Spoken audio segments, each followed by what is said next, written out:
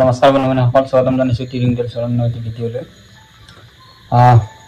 জুবিনদাৰ যিটো মৃত্যু, সেইটো আচলতে আকস্মিক মৃত্যু নাছিল, আছিল এক ষড়যন্ত্ৰ, আছিল এক হত্যাকাণ্ড। আৰু এইখিনি কথা আমি ইমান দিনে এতিয়া কৈ আহিছিলোঁ, সামাজিক মাধ্যমত হওক, প্ৰতিবাদকাৰীয়ে হওক, প্ৰতিবাদ কৰিয়েই হওক বা বিভিন্ন ধৰণেৰে আমি এই কথাখিনি উত্থাপন কৰিছিলোঁ। কিন্তু যোৱা কেইদিনমানত এইখিনি কথা উত্থাপন কৰাৰ ক্ষেত্ৰত অসম চৰকাৰ আৰু পুলিচ প্ৰশাসনৰ যোগেদি সেই প্ৰতিবাদকাৰীসকলৰ ওপৰত বৰ্বৰ আক্ৰমণ কৰা হয়। কিছুমানৰ মূৰ ফাটি মূৰেৰে তেজ ওলাই গৈ, কিছুমানৰ ঘৰত যাই দৰ্জা মৰিয়াই দিয়ে, বিভিন্ন ধৰণৰ এনেকুৱা ঘটনা ঘটিল। আজি কিছু সময় আগতে অসমৰ মুখ্যমন্ত্ৰী হিমন্ত বিশ্ব শৰ্মা ডাঙৰীয়াই এটা ফেচবুক লাইভ যোগেৰে কৈছে যে জুবিন গাৰ্গৰ হত্যাকাণ্ড পুংখানুপুংখভাৱে তদন্ত কৰিব লাগিব।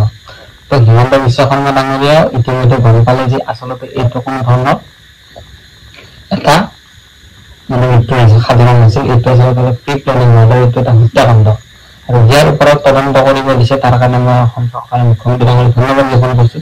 কিন্তু তাৰে লগে লগে এটা কথা মই আপোনাক ক'ব বিচাৰিছোঁ, এই ভিডিঅ'টোৰ মাধ্যমেৰে আৰু সকলো যিখিনি ভিউৱাৰ্ছ আছে বা ফেচবুকত যিখিনি চাই আছে, যে কেৱল অকল তদন্ত কৰিলে নহ'ব, তদন্তকাৰীক শাস্তি দিব লাগিব। আৰু এই বস্তুটো কুইক মুভত কৰক, আপোনালোকে সোনকালে এই বস্তুটো তদন্ত কৰি দোষীক শাস্তি দিয়ক।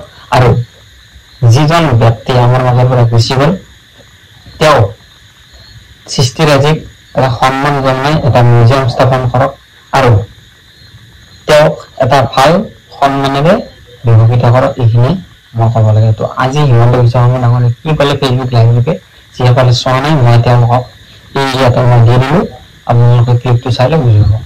জুবিন এগৰাকী জাতীয় সম্পদ। জুবিনৰ হত্যাৰ প্ৰতিটো মুহূৰ্তৰ ঘটনা তন্ন তন্ন কৰি ৰাইজৰ আগত আপোনালোকে ক'ব লাগিব। জুবিনৰ হত্যাৰ প্ৰতিটো মুহূৰ্তৰ ঘটনা তন্ন তন্ন কৰি ৰাইজৰ আগত আপোনালোকে ক'ব লাগিব। জুবিনৰ হত্যাৰ প্ৰতিটো মুহূৰ্তৰ ঘটনা তন্ন তন্ন কৰি ৰাইজৰ আগত আপোনালোকে